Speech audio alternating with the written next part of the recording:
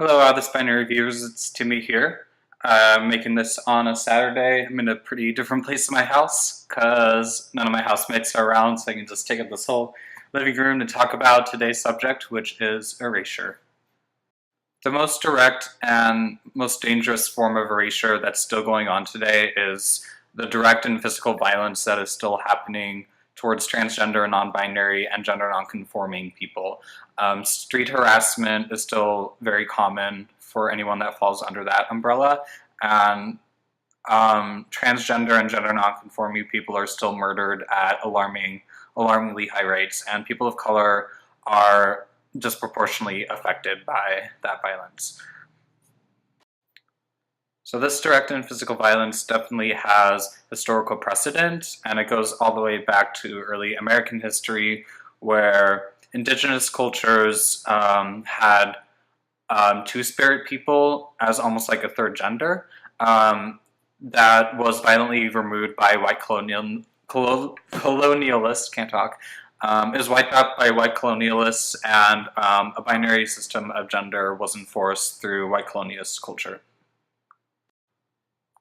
So stemming from this direct and physical violence, it then goes to microaggressions that trans and non-binary people face every day, and how our institutions have been structured around that violence. And it can boil down even right to our language, like the phrase ladies and gentlemen is coming from this culture that has enforced binary gender. Pronoun usage really matters. Even though I'm not exactly sure like how indigenous people like use pronouns to respect people within a gender outside of man and woman, it still is language that like really matters within our world.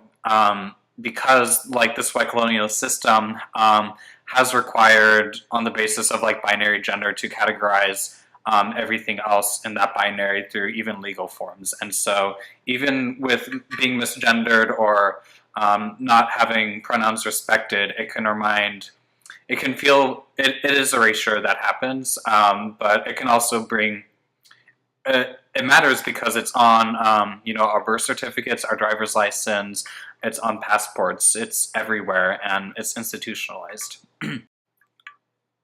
Yes, even the act of giving a baby a gender at birth is considered erasure, and there are other cultures outside of white culture that gave the child time to grow up and see what gender the child wanted to pursue for themselves.